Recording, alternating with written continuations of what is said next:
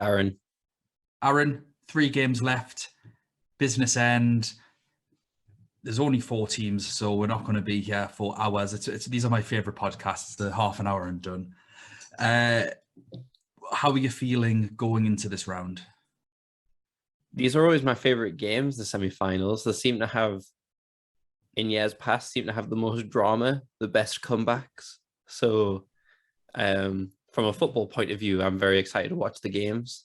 There are a lot of teams can play a lot more open, expansive, knowing that this is it. They've got to give everything. In the final, it's a little bit more cagey. So in terms of quality, I think these are the best games to watch before the nerves take over in the final. From a fantasy point of view, I've not had the best season, so I'm just looking to who I can get in to potentially help lower my rank a little bit more, knowing that I am very close to, I can't remember what I said in the last podcast, but it's literally like between 10 and 20 points for me, like halving my rank. So like, it's very tight where I am. So differential city for me. Yeah, I'm trying to go safe. I want to just get back in. Still gutted I've fallen outside just the top 1,000. So I just need to get back into there. And I just think having as many safe picks as possible is going to be best. I've still got really good team value, which I think I've got to use to my strength. So I can get less differential players, but because I can afford better players, that sort of becomes a differential in itself. Like looking at my team, I can comfortably afford a midfield of Salah, Kevin De Bruyne, Mahrez. I can get Benzema up front, so I can have literally stacked at the back, all premium defenders, a premium goalkeeper. So hopefully, because I've got enough money to go premium everywhere, pretty much, I'm hoping that does me well, because I won't have 15 players. I've got both my goalkeepers playing the same day, so I've got to pick one of those, and then I am going to have to leave one player in. And at the minute, it's either going to be Kante or Muller, but we'll talk about that as we go for some tactics later on. Well, obviously, we'll go through the games. Have you had a little play around with transfers already? Is that something that you've tried doing? Yeah, I can. Because of Cancelo's suspension, I don't have enough to like fill every spot. The plan was always that Gonzalo Ramos was going to stay in the team. So I'm not looking to get him out either. But I can still make 5 transfers and have a good looking team, also fantasy wise and visually. I was going to say, yeah, an attractive team, Aaron. I mean, Lucas Hernandez is no longer in the competition, so you can't have him at the back to boost it. But I mean, if you've still got Ruben Diaz, you're laughing, aren't you? Yeah. What a handsome centre-back partnership that'd be. This is what happens when you get to my rank. It's like, who is the best looking? I thought you were going to say this is what happens when you watch football with Steph. That is also very true. Either fights or good-looking players. Especially when we go likes a fight, does she? Yes, I think that's maybe the American football and hockey side of things. Yeah. But I remember when the Atletico Madrid match, and when it was the last few minutes, she's like, "Go on." Like, I think Savic is her favorite player at the minute. Really? I thought it would have been Marcus Llorente, because he's substantially more handsome. He's a handsome man, isn't he? Llorente. Yeah, he'd get him the best. I think it was more so for the hair pull on Grealish. She was just Grealish is like, what, she likes Grealish, does she? No, she well, she doesn't like how he dresses, which is obviously a big controversial thing for a lot of players these days with his big deal. But because she's seen him in previous matches and still remembers a time when he was playing for Villa, sitting on the bench, wearing it looked like pajamas. And she remembers that. And she reminded me of that fact. And so when she saw Savic pull his hair, she was like, good. I was like, all right. Delighted with it.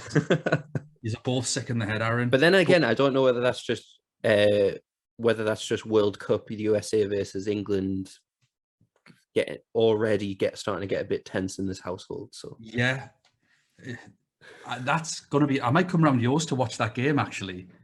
yeah, you'll see the two very different reactions to the national anthems. Yeah, you're so timid. She'll be Yeah. up, flags painted on her cheeks, Tears streaming down, and then there's me, God shoveling save. beef jerky into her mouth. Amazing. That sounds like a plan. On to some good games now, though. We'll go on to the first game, which is Real Madrid versus Man City. This one is really, really interesting. I should say Man City versus Real Madrid, actually. Man City are at home. Man City are a bit makeshift at the minute at the back. And Edison's frustrating the life out of me because he's making mistakes. He's making some high-profile mistakes. Man City, for anyone that don't know, beat Watford 5-1 at the weekend. And there's no way he should be conceding that goal. It was really poor from him. He flapped it one a few weeks ago that went in. I can't remember exactly who it was against. He almost did a Stefan in the first Liverpool game. Yep. Absolutely. Which is probably the reason why Stefan played in the second leg. And then second leg. Is that how the league's going to be decided now? They're bunching up all the games together. Whoever wins on aggregate is going to win everything. Is that the way? Yeah, I was obviously meant to say FA Cup, but yeah, why not? We'll call it the second leg, and then the final could be the third leg. So yeah, exactly. And then the winner gets everything. Yeah, wins the quadruple. Yeah, it's kind of like when you're getting smashed in five-a-side and then next goal wins. Yeah, classic. I'm nervous about Man City's defence. I'm not going to lie. John Stones, we're not sure is going to be fit. Akic is fit, which is even worse for Man City. Cancelo's suspended. Is fine. Cancelo's suspended. Walker looks injured. Diaz and Laporte are fine. So realistically, they've got 4 defenders and 3 of them are left-footed. So that's not great when they need a right back. We're not too sure who's going to go in there. I think it's overthinking to suggest that Pep could play a back 3 with Laporte in the middle, Ake one side, Diaz the other, because I think they're going to be stuffed in central midfield, which is where we know Real Madrid are at their strongest. And, I mean, if Zinchenko's not really a wing-back, you then want to take one of your forward players and put them at wing-back. It all seems like a bit of a mess for Man City, and it's a concern. Now, they might be fit. I think Walker's looking less likely, but John Stones might be fit. Thankfully, we'll see the lineups and we'll know the squads. So if John Stones is playing at right-back, then I think our fears can be allayed slightly.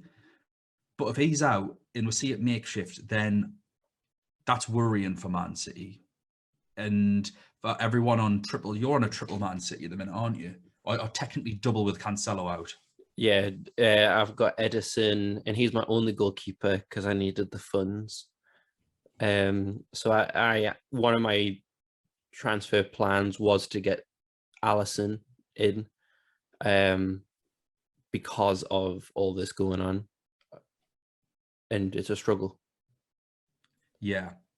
I think it's definitely a wait and, I mean, it's forever and will always be a wait and see on transfers for lineups. So that doesn't change, but especially that decision will make an effect on which players I decide to choose, because I do need to make some defensive changes. Reece James and Kimmich for me are both gone. Bye-bye.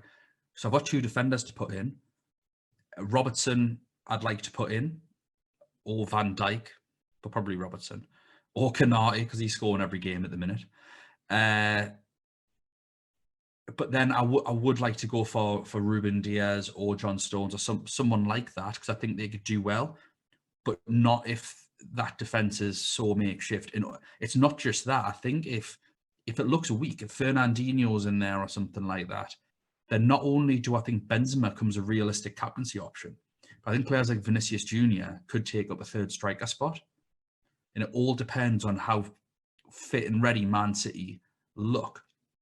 And if you did go with, let's say it was a disaster, Zinchenko's at right back and Ake is at left back and Laporte and Diaz are centre backs, then if you go for Vinicius, for the for the next legs, depending on what happens, you could move him out to who we know would be playing up front for Liverpool, whether it's Jota or Diaz. So I think it's like a nice move to make if you've got one and it maybe goes wrong. Like I'm on Diaz at the minute. I don't think many people had Jota.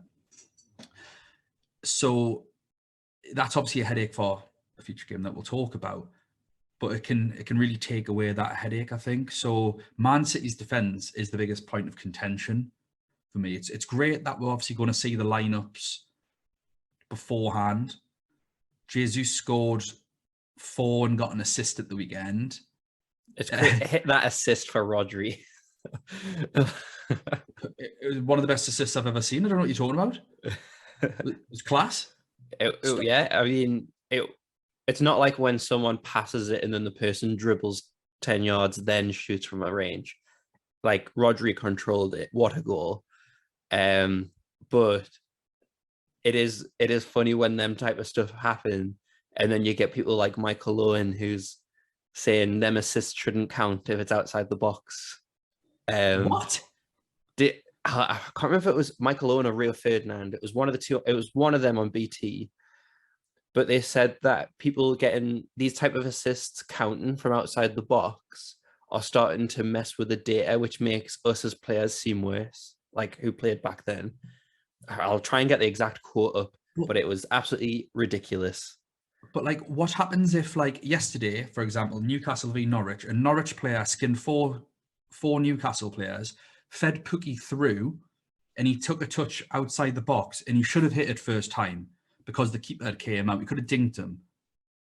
That would have been like an amazing assist. Yeah, but what? Because of the obligatory rule that it's outside the box, it wouldn't count. I mean, it's just another stupid. If it's Michael Owen, it doesn't surprise us because everything that comes out of his mouth is garbage. Yeah. Obviously, I am if I can joking find it. I am joking a little bit, obviously, with saying Jesus' assist was amazing. It was just he passed the ball to him and then Rodri did everything. Obviously, I'm joking with that. But just if it's an assist, it's an assist. It doesn't matter. Okay, here it is. People are genuinely giving as much credit to people with the number of assists as they do with the number of goals. Literally 1 in 10 goals are genuine, yet some assists are just playing a 5-yard ball to someone who screams a top corner from 30 yards and they get as much credit, which is absolutely ridiculous. Fabregas then came back at him and then said, I don't agree there, Michael. Making and creating can sometimes be twice as hard than making a run or scoring a goal. Don't underestimate the little time and space we have in midfield to take the best decision for you guys, the imagination, creativity we should have to find you. Like, go on Fabregas. He's class, Fabregas. But yeah, do you think this is going to get a start ahead of Mahrez? I think because Mahrez was rested, no. I think Foden will play as well. But I think Jesus, my biggest thing with Jesus was how Real Madrid have played Man City in the past. Man City, every time, like for the past few seasons, when they played Real Madrid, Jesus played and he played a vital role. And it was almost the first time that Gabriel Jesus was used on the wing, was against Real Madrid a few seasons ago. And so that makes me like think that, oh yeah, he's going to be used. But because a number of Man City players were rested, like Foden, who seems to be playing every Champions League minute at the minute, well, except from when he was brought on as a sub. Scratch that. Except that, yeah. But he seems to be the forward that they're using in these big clashes. And so when it comes to wanting to control the ball, Foden is one of the best. With Mahrez, though, I don't know what it is with Mahrez, but he had so many opportunities to beat Liverpool in the last few minutes over seasons. Like there was a last-minute penalty, which he skied. He chipped it over the bar recently in the last minute. And in these vital games, when he comes on as a sub, I don't think he's as useful as when he starts. So I don't know if that came into Pep's thinking in terms of we're going to start him because he has been solid for us in the Champions League. And we know that Pep kind of has a Champions League starting 11. So I've kind of just did the Martin Keown tactic there again, but Covering everything.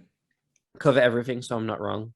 But my personal feeling, I do think Mahrez will start, but if I do see Jesus is starting, it does become a toss up between kind of what you were saying before. Do I choose Vinicius or do I choose Gabriel Jesus, who can then both of them, one of them like can switch to Jota or Diaz next match day, which will be a headache. It's just one of those things where Watford's a very different team, obviously, to Real Madrid. But it's also like, it's just football and sacrilege to drop a player after getting 5 attacking returns. But then it's in the same week that he said he was going to leave. But then Fernandinho has done the same thing and he's played more minutes than he has. So I don't know if Pep's they do it in NFL a lot. If someone's contract is running out, they use them as much as they can because they don't want to injure players that they're going to get next year. Yeah. Very different sports, but I don't know whether that goes into it. Like, let's get as much of them as we can while we still have them. Yeah. Is it the last year of his contract? Is it for Jesus? I know it is for Fernandinho. No, but they have officially put them up for sale. It's been I read it on BBC and Sky, so it's not like it came from TalkSport or something. Yeah, fair enough. Which Man City forward assets are for you this week? Who you already got and who you thinking of bringing in? Well, I transferred a lot of them out because the tactic that's worked well for me recently in climbing the ranks is just guaranteeing who's starting. So when I heard about that, I just transferred them all out. So at the minute, I don't have anyone except the defense. So I'll just be transferring whoever starts. Definitely De Bruyne. I think Lewandowski, Sane, and then getting Vinicius or Gabriel Jesus and De Bruyne. That's key because De Bruyne is quite low owned compared to a lot of the other Man City players. I think a lot of people will be doing that. He's on 10%, so that'll definitely be higher when it comes to match day. But I just don't think you can go without De Bruyne at the minute. I agree. So De Bruyne is definite. For the others, it really just depends on how I see the teams line up. Yeah, I have Mahrez in midfield. If he's starting, he's not going anywhere. And Kevin De Bruyne is my number 1 transfer target, along with Karim Benzema. It's the two. If they're both playing, they are 100% coming in my team. Because I've got Lewandowski and Sane, I can go quite comfortably Benzema and Kevin De Bruyne. So that works really, really nicely. I do think 100% Kevin De Bruyne is the best Man City option. Mahrez now, it's not that he's at risk at maybe not starting, because obviously we'll see the team. But with Gabriel Jesus in such good form on that game, I know it's just one game, so it's not really form. But like, footballers do feed on that sort of stuff. We can't say he's not going to be confident of that. A manager wouldn't feel bad about not starting in the next game. And I just think if they need a goal, he could come on the right-hand side now. I think after that game, maybe Pep thinks, well, he's hungry. If I'm going to bring anyone off, maybe Mahrez, because Mahrez, I find, tends to wilt a little bit towards the end of games. I actually thought he was good when he came on as sub in the FA Cup semi-final. He got an assist to make it 3-2. He looked like the most dangerous player. So yeah, but he should have scored that. Like, he should have. Oh no, that was in the Premier League game where he chipped it over. My bad. Yeah, it was the Premier League game. He did poorly, but I think he started that game, didn't he? Did he start that game? I thought he came on as a sub. I don't know. Yeah, he might have. I just think he's really dangerous, so I'm happy to keep Mahrez. He'll be on set pieces as well. But Kevin De Bruyne is just looking too good. He's just far, far too good. And I think he'll do some amazing things in that midfield. Real Madrid assets. How are you feeling just about real this? quick. In terms of percentages owned by the Man City midfield, Mahrez is the most owned, 16%. Bernardo Silva's 13%. But looking at his points, other than his absolute haul, against Benfica, Sporting, sorry, he averages like 2 points. And I think that he's a bit of a trap, Bernardo Silva. He's an absolute solid player, but I don't know for fantasy. So Aaron's just graded and cursed him. Get him in. You'll score another hat-trick. Foden 8%, Rodri 8% owned, Grealish 5%, and then McAtee is 3% owned. Sterling is 2% owned, so I think Sterling becomes very interesting if he starts, because I don't know how many people, probably with the fact Lewandowski's went out, he'll become more affordable, but I think Sterling is a very interesting option at 2% owned. Yeah. Sorry, now Real Madrid.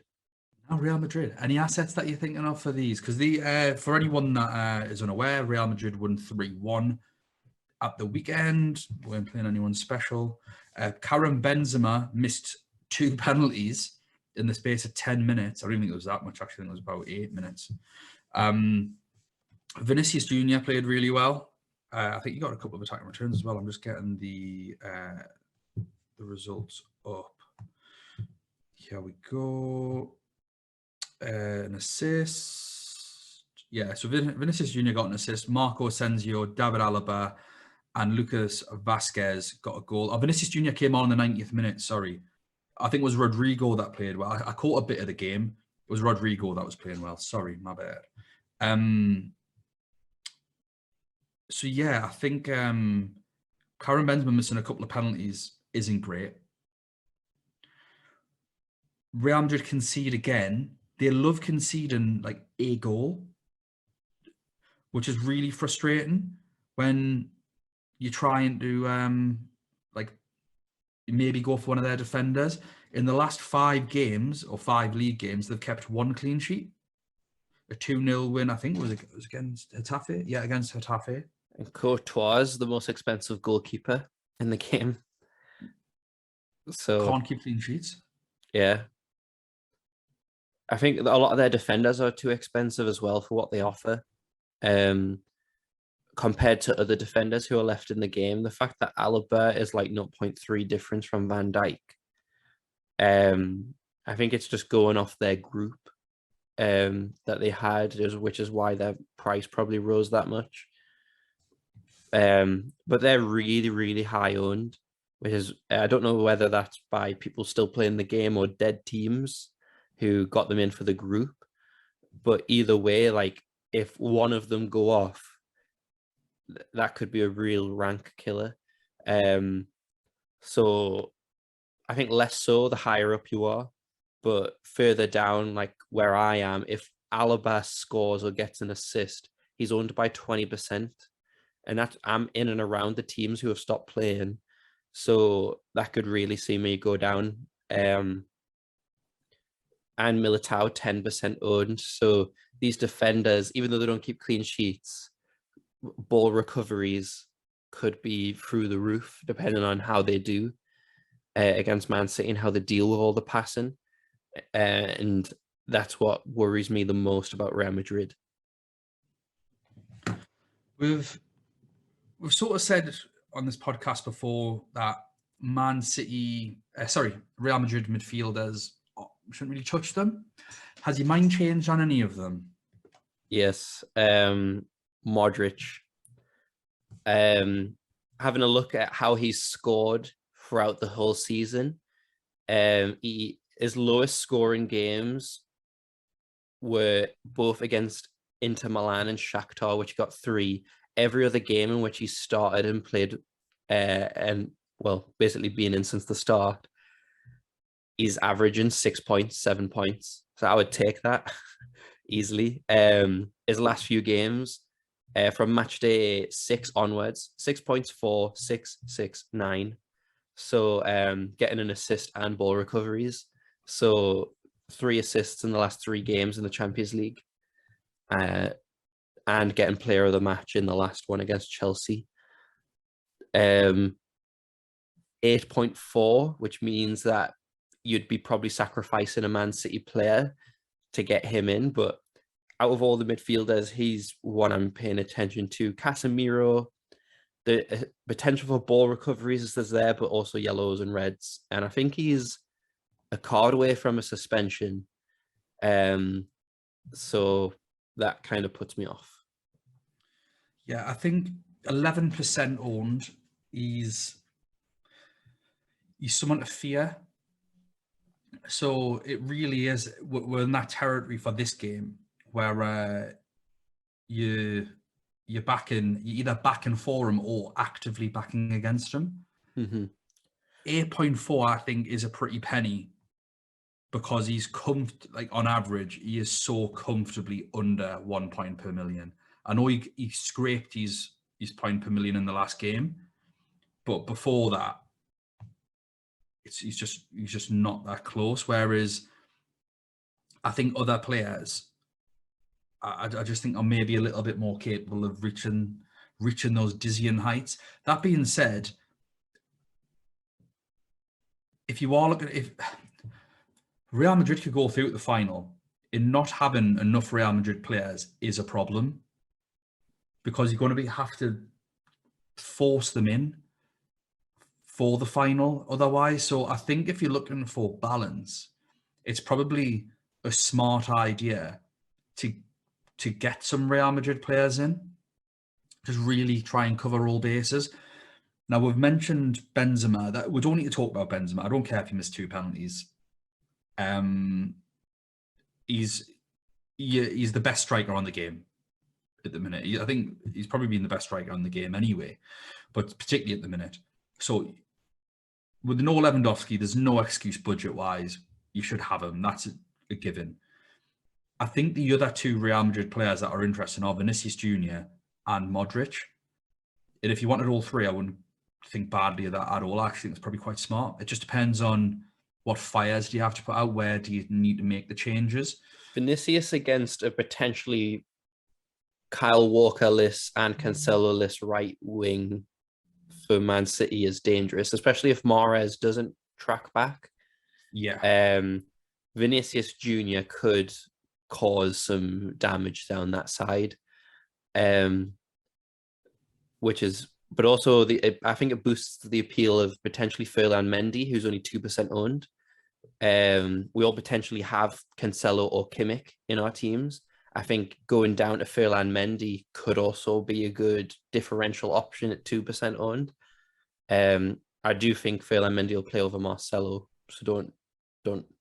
Not that I suspect anyone who's listening to the podcast will fall into that trap, but I think he's an interesting pick as well if you're looking for that balance, especially if you want to choose, if you're like unsure whether to do like Canate or Matip, maybe Ferland Mendy is a better option because you know he's playing on the first day. Yeah. What's the score going to be, Aaron? I think both teams will score. I'm going to go 2-1 to Man City. I'm going to go 2-1 to Real Madrid. Ooh. Who's your captain going to be for this? I mean, that's going to be huge. Depends on the Man City defense. If they're makeshift, Benzema, no doubt in my mind at all, is Karim Benzema. If Man City are just messing with everyone and they put out a good back 4, then I might go De Bruyne. But you know what? So it's probably a great time actually. I've said many times on this podcast, I still stand by it. I've said it on Twitter. I don't particularly rate Rodri. He's absolutely fine against Burnley and Watford and mid-table to lower table Premier League dross. He's perfectly adequate in the group stages of the Champions League, but I think in big games, definitely that the semi-finals against PSG. Was it last year? Was it last year that they played PSG in the semi-finals? He was rubbish. He was rubbish against Dortmund in the games before that. When he comes up against world-class midfielders, I think he as an individual struggles on the defensive side of the game. So it's going to be for me, it's going to be so interesting to watch how he performs against Real Madrid's midfield 3. I because mean, when just going back to his like Atletico Madrid days, I mean, Modric, he used to play Modric and Kroos when they were better than what they were now, which is crazy. And Real Madrid won the titles in them years, I believe, when Zidane was there. So, and I mean, even then, Atletico Madrid were a much more defensive team than Man City. Man City play on the front foot. To be fair, I didn't think he was particularly good in the second. Like, yeah, I don't particularly rate him because I think he's absolutely fine against normal opposition. As soon as he comes up against anyone good, he's on toast. So I'm really interested in watching how he does against this lot, and I encourage other people to watch his performance to see how he does. Look, he might do really well and hold my hand up and say that was a really good performance. It's not a problem. I don't really care. But I think it just spells bad news for Man City. If they're knackered at the back, if they are playing some kind of maniacal back four or back three or whatever just because of injuries, I think I've been kind to Man City saying it would be 2-1. But if he plays, like he could play Gundogan and De Bruyne in the middle ahead of Rodri, but he could play Bernardo Silva. I think he should play Bernardo Silva and De Bruyne in the middle. 100%. I'd honestly play Jesus as the forward, Foden on the left, and Mahrez on the right. That's me personally. I just think that would be the best for Man City. And then if Mahrez and Jesus want to sort of swap, so Mahrez can come centrally when he's tired from tracking back, and Jesus will do a job there. I think that'd be clever. But yeah, I'm nervous for Man City just because of the players that they've got. when I've got De Bruyne probably as my captain for that first, just because I do see Man City winning the first leg, and I think following from that, the thing is, it's not that much of a differential pick, so I may have to look elsewhere for that to try and climb a rank, but we'll see what happens. I might try and go differential in picks, but safe in captain so that I don't drop, but I really don't know. Yeah. I think De Bruyne and Benzema are the two outstanding captaincy choices. Yeah. No, I'm looking forward to this game. So for the next game, we've got Villarreal versus Liverpool. This is on the Wednesday, so we aren't going to see the teams, unfortunately, which is a bit of a frustration. Sorry, I've done it the wrong way around again. It's Liverpool versus Villarreal. Villarreal, giving everyone a headache. Well done to them getting through, but they have stitched so many of us up with their winning ways and drawing ways. Should we be taking them more seriously for this game than I still think other people are? They're definitely a team that I think we need to be getting a few more players in. The fact that we all thought that Bayern Munich were going to walk all over them, like shows kind of us red face, red hat, caught red-handed, all that kind of stuff. Just we can never take any team like just to be. We don't think that there's no other teams left now that are just going to get smashed. In my opinion, like Villarreal are too organized, and the fact that everyone's viewing them as the underdog is the fact that they have nothing to lose. They weren't expected to get to this stage, so they can go give their best performance, and if they lose, they were expected to. If they win, they're going to go in the final with so much momentum. None of their players are over 10% owned, so there's definitely some players I need to have a look at. It's just whether they can go to Anfield and get a result. These are players I probably need to look at for the next match day. And then just either great, I've jumped ahead of everyone, gotten them in before the final, or they're just going to be transferred in just to be transferred straight out. But yeah, I don't mind too much either way, because then I'm going to save money for the final. The difficult thing with Villarreal is Bayern Munich. They've they've just won the 10th league in a row, and it's probably the worst Bayern Munich team of those 10 years in terms of how they've been playing. They have been regressing.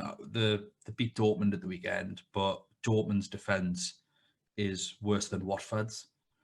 They are so bad, Dortmund, at defending. And we've said this multiple times on the podcast when we've been reviewing their games. So it's hard, but Villarreal have proven that they can withstand a lot of attack and firepower. It's just a case of, do we think Liverpool are a smoother attacking force than Bayern Munich? Do we think those players play better together than the Bayern Munich forwards? Do you think that? Do you think Liverpool will be more dangerous than Bayern Munich? Yeah. I would say because of manager, because of system, like on paper, Lewandowski is the best striker with his goal record and stuff like that and the amount of goals per game. But in terms of if I was a defender, who would I rather play against? I think I'd probably rather play against Bayern Munich, probably to my own fault, just because Liverpool are just relentless. So that's my opinion on it. Anyways, I'd rather play Bayern Munich than Liverpool. Don't know if you feel the same. No, I'd 100% rather play Bayern Munich than Liverpool, just with how they're playing at the minute. So I think bringing in Villarreal defenders at this stage might be suicide. If I was to bring one in, it's probably one of the fullbacks in Foyth or Estupinian. Foyth is 4.8, Estupinian is 5 million, so it's just, they're fairly cheap. And I haven't seen too much of the other defenders looking like an attacking threat in Albiol or Pau Torres. Albiol does have the highest amount of points with 49, 5.6 million. But I think Liverpool generally are pretty good, not just at set pieces, but at defending set pieces as well. They don't concede many goals from set pieces. So I think that also diminishes Parejo a bit, although if they get a penalty, it's likely to be him. Danjuma did score a penalty at the weekend. Danjuma scored a brace. Danjuma is 7.6 million midfielder. And I just cannot see past having to get him back in because I already have Rulli. So I know that I have a goalkeeper for the final sorted one way or another. But I think stranger things have happened than Villarreal getting through when Liverpool have so many games. Liverpool do look like they're playing better now. They had that little period where they were winning the games, which is amazing. And we've mentioned it before, that's champions mentality, champions form. But when you watch them play, they were struggling a bit. That first half against I know Man City were a massively changed side in the FA Cup semi-final, but even the second half of the Man City game in the league, first half of that game, the Man United game, they just look like they've got a breath of fresh air again from wherever it's came from. And they just now need to put that into Champions League games. So I have been very disappointed with Liverpool in the Champions League. Not that, because the Liverpool fans will be delighted with them. They're in the semi-finals of the Champions League. But if you look at their defenders compared to previous seasons, they've massively underperformed, both offensively and defensively, just in terms of the amount of points that they have. Nowhere near the levels we'd expect for the price. Other than Canate, who can't stop scoring. But none of us have him in, I don't think, just purely because him and Matip generally rotate. So I actually... It's a bit of a concern even thinking about Liverpool defenders when you do have players like Danjuma who can break on them. Is Danjuma in your thoughts, or any Villarreal attackers or midfielders in your thoughts?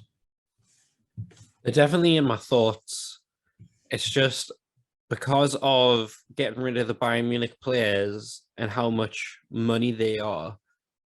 I can, because of having like Ramos and the Real Madrid second keeper on my bench, um, my midfield can be all premiums. So it's just whether he falls into the Sterling, Mane, Salah, De Bruyne type of midfielder. Yes, he'd probably be a cheaper option, but that's just having a look at it. I don't know. He is going to be Villarreal's most attacking threat, so he would offset my if Liverpool don't have a clean sheet. He's probably going to be the one some involved somehow, and so it's going to offset that a little bit. I don't know, but then again, thinking of my rank, I don't know how many people would have him in and around me, and that's probably the reason why we are down where we are. Is because we've went without Danjuma for the longest amount of time. Yeah. So that's the thing I'm going kind of back and forth on in my head.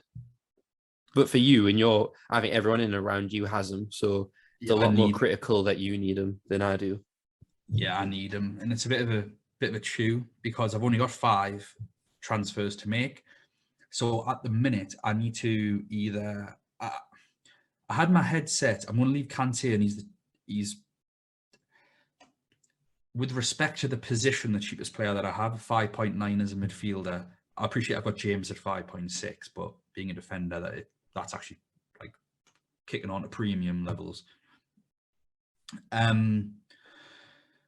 I think I might actually just leave Reece James in and then go for Danjuma midfield instead of Kante if I can afford it, which I think I can because I've got Muller up front who I can downgrade to Vinicius or Jota and have Jota around Diaz. I wouldn't be going for any Villarreal forwards. They've got Gerard Moreno, Paco Alcacer. I imagine it'll be Moreno and Danjuma playing up front. So just go for Danjuma. That's what I would say. If you want to be super differential, then I think Marino as the third striker spot could be okay. But maybe as a second leg thing because he plays on the first day, and if he doesn't do anything, you can take him off. And that's the thing with Danjuma. I think that's actually he's good for both legs because for that second leg you can play him, and if he doesn't do anything again, you can remove him. I have 2 Liverpool defenders. No, I've got Alexander-Arnold, I've got Alisson, and I would like Robertson because I'm just looking at the other 3 teams, and I just think, well, I'm not sure what Man City's defense is going to look like, and they're playing against one of the, if not the best number 9 in the world, and like you said before, Vinicius against even John Stones at right back is going to be a hell of a watch. So do I want to go doubles or triples on Man City defence? I'm not sure. I don't want Villarreal defence. I've got Rulli if I need him, which I probably won't. But I think at this stage, there's rarely clean sheets knocking about. You've said before, semi-finals kick up some big scores. I mean, for some of them, there have been, I remember Barcelona won 3-0 and then Liverpool won 4-0. Yeah. But if you average that over the 2 legs, you're not done too well. So yeah, I just think maybe it's time to go more into midfield and attack and sort of sacrifice my defense a little bit. When you've described them transfers, I think who you would sell Reece James for is probably, you've got a load of options because he's right there outside premium, but it's hard for anyone in and around his price point to outscore him, like to outscore Danjuma if Danjuma gets a goal. And I think that would absolutely kill your rank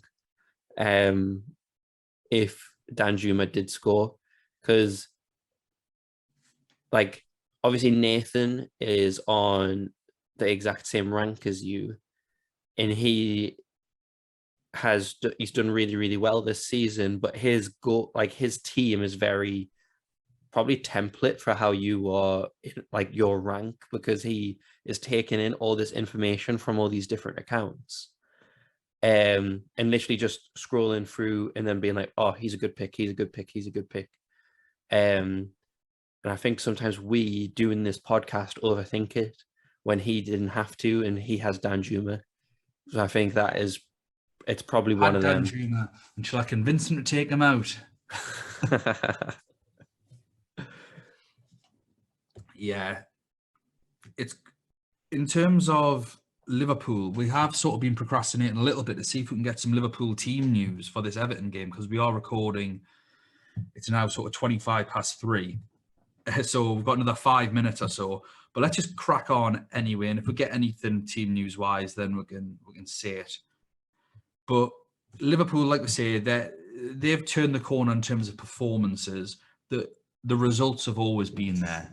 That's not been in question really. Although obviously they did get beat off Inter Milan. They got a bit of a scare off Benfica. Well, it wasn't a scare because they'd done the job in the first leg, but obviously didn't get the win against Benfica. There was lots of changes, so I think that's important to recognise. But I think they're hitting form at the right time, and I think that's a problem for Villarreal. They were playing against an out of sorts Bayern Munich team. They're about to come up against an in sorts Liverpool. Depending on how this game goes against Everton, what are your thoughts on Liverpool? My biggest thought is which of the forward line to get in. I think Salah's the most owned player who is still in the competition.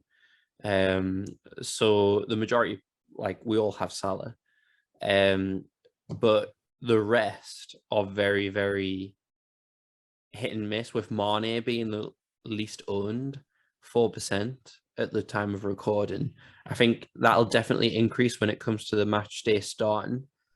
But Jota and Diaz is an absolute headache. Firmino coming on and doing what he did against Benfica, that's a headache. So, I mean, the Everton lineup will come out soon, so we could see how heavily rotated it is. But I think that's definitely a big concern. I think the other concern is also, I think it was in the Man City game in the FA Cup when the stats were coming up about the amount of chances they've created from set pieces. It's the highest amount of offsides that they've given to other teams. That's like over double. Well, it's very close to double. And the question is, like, what defender do I get alongside Van Dijk? Konate is such a threat, and he's in form of scoring from corners. But even before that, Van Dijk's always been a threat from corners, and it seems to be Liverpool's way of, like, it's an extra weapon in their arsenal. There's so many ways that this team can kill you. And it's funny that I've just graded and cursed it all, and a Jordan Henderson goal will win this game. Stranger things have happened, Aaron. Yeah, defensively, it is a massive headache because I think Matip's a better defender than Konate. But Konate is, like you say, a weapon at the other end. And I don't see Villarreal attacking too much. I think they're going to be very well organised, try and hit Liverpool on the counter. So it might be worth, having a look to see who's the quicker of the two between Matip and Konate. But I think Konate has got the nod in that semi-final. He played both legs of the Champions League. So I think he might be in. I think it could be him. If you were wanting to go safe, then I'd go for Robertson, because Robertson's putting in the corners. So you might get an assist off Robertson for a Konate goal. I actually think that double up, if you've been living under a rock and you don't have Liverpool defenders and you want two of them, right now I'd probably go for those two. I have Trent. I don't regret it. I still think individually he's the best of the back four. But I would like another one to go with Alisson and Trent, but it's not. I just don't know, and I don't know which one to go for out of them. The lineups have been released. So I currently have Alexander-Arnold and Robertson. I said that with the funds available, I can move up to Allison. So I probably won't go with one of the centre backs. For me in my plans, but Allison is more expensive than both the centre backs. Well, Matip and actually it's the same price as Van Dijk. So even I think the centre backs would probably be a better option for me and just stick with Edison. It seems to be working out well, and then I've got more funds. But in terms of the lineup, Naby Keita starts again, and he's 1% owned in the game. He seems to be doing quite well recently. He got 3 points and 8 points in his last two legs in the two legs against Benfica. He's played 90 minutes in both of them. He seems to be a player that could be interesting as a budget option. Fabinho, I still think, is the ultimate budget option midfielder.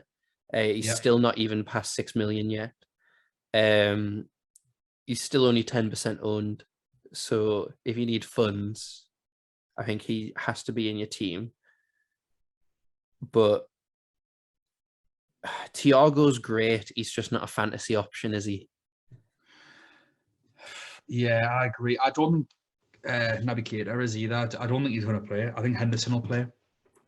Yeah, in the Champions League. To be honest, I think this is I think he's having a rest. The forwards, Mane. He's got Mane up front on here with Jota on the left, Salah on the right.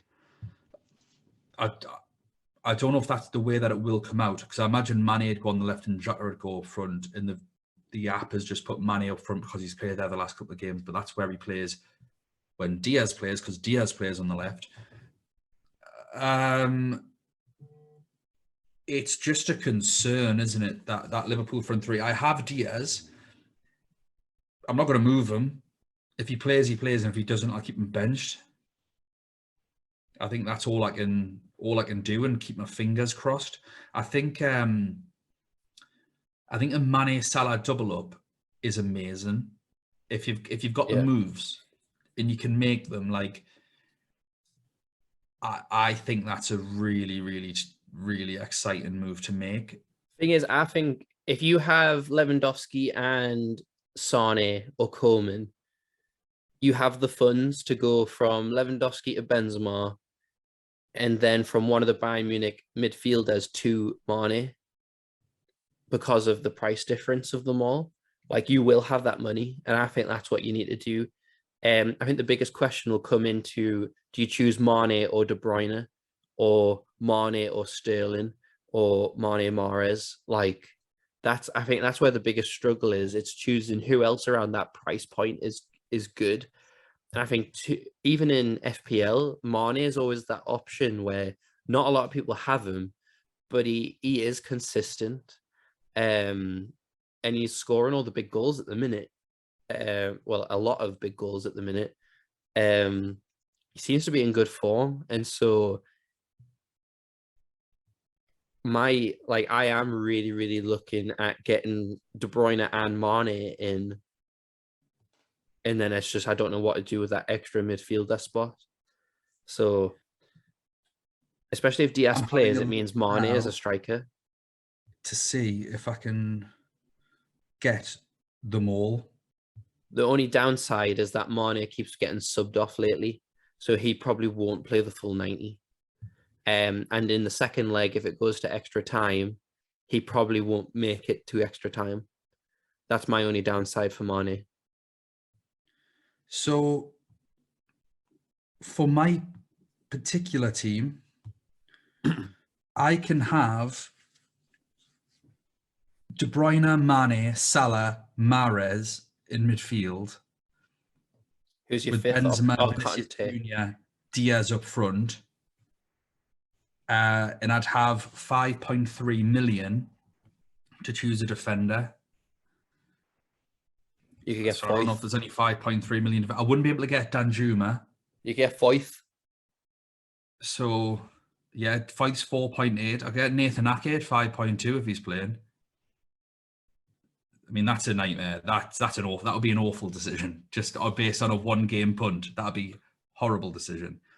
But Konate, I think 5.2. if I went with someone, Kanate is more money than that, isn't he?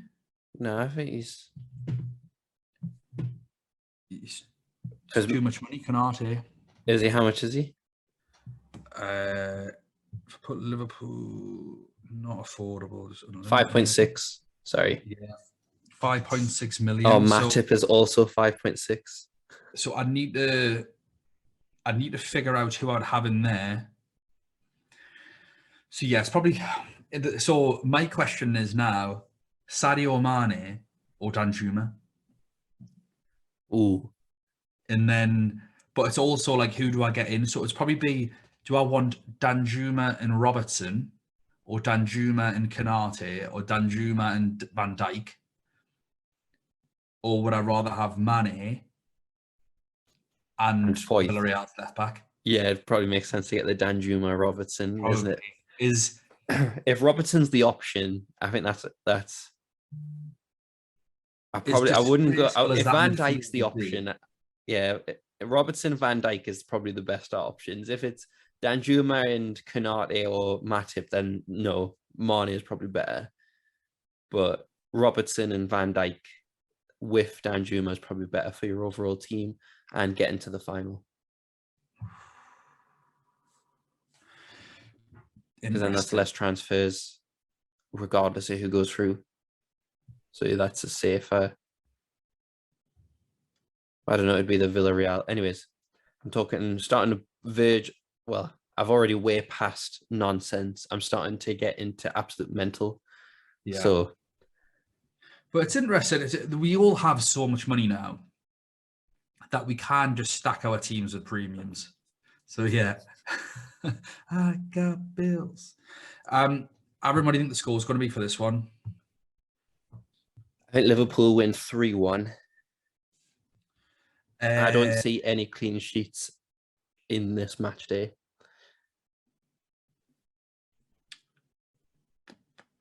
I'm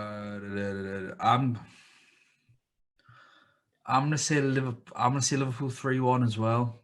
I've got Salah as my captain, as my safety captain. In agree. Case the first day goes wrong. Yeah, I agree. That's what I'll be going for as well. 100%. I'll be putting it on Salah.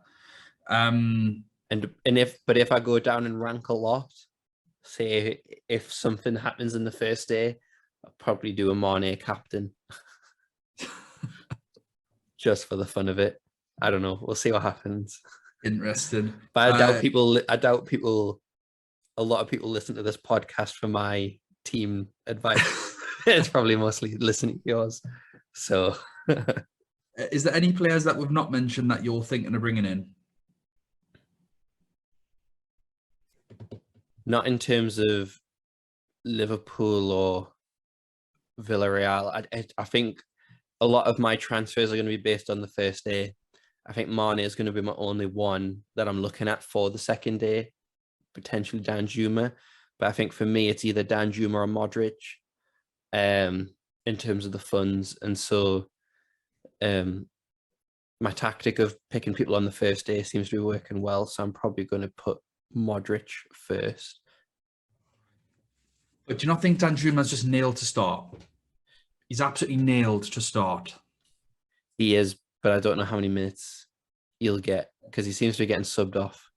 But I know Modric will play the 90. Yeah. Cue leg break. Exciting times. Well, thank you everyone for listening to me and Aaron just waffle on there. Don't forget to follow us on Twitter at UCL Fantasy Pod. We are also on Spotify. We are on Google Podcasts, Apple Podcasts, Anchor as the main event. We're also on YouTube, which you may be watching right now. Aaron, I hope that you managed to get out of purgatory in the middle ranks there. Best of luck. Thank you. And I hope you get back into triple digits. Again, fingers crossed. Best of luck to everyone that isn't around me, as ever. We will see you for a review podcast. And of course, myself and Lewis will be doing spaces again. So that's on the Fantasy Football Scout community page. So please go on there on Twitter. Also, don't forget to give Lewis a follow. He's FPL Reaction, so give him a little go down. He's doing really well. I think he's ranked 360 or something like that at the minute. There's lots of threads, so definitely get on his page as well. Thanks again, everyone, and we'll see you next time. Bye now.